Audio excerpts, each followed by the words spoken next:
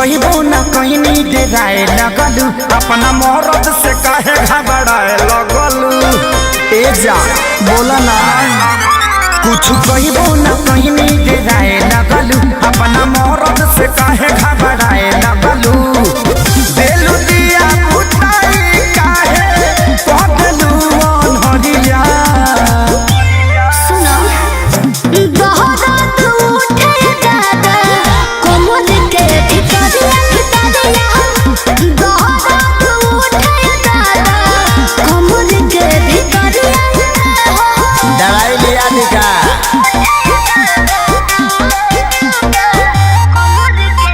Music by Arya Sharma.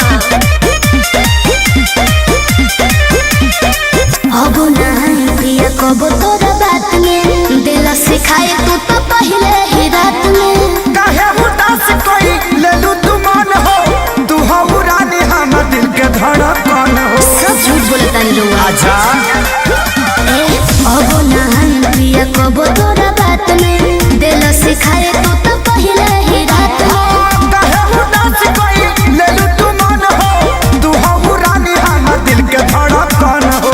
लागलू खूबसूरत सरिया अच्छा। पहनलू जब करिया। दोहरात उठे दादा कोमल के भितरिया दोहरात उठे दादा कोमल के भितरिया।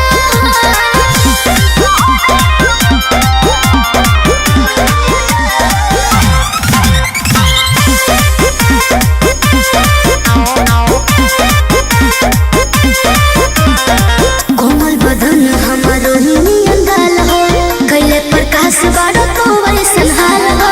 सोनू संजय के कहला में आके कोई हम गलती रानी तो के ना जमा के। एहसास हो गई। कोमल बदन हमारो नियन गाल हो कैले प्रकाश बाड़ो तो वैसन हाल हो। सोनू संजय के कहला में आके कोई हम गलती रानी तो के ना जमा के। देखी ना जा दूरे से ले ले आ रहा है सदिया। सुना बोला दोहरात उठे दादा कोमल के भितरिया दोहरात उठे दादा कोमल के भितरिया।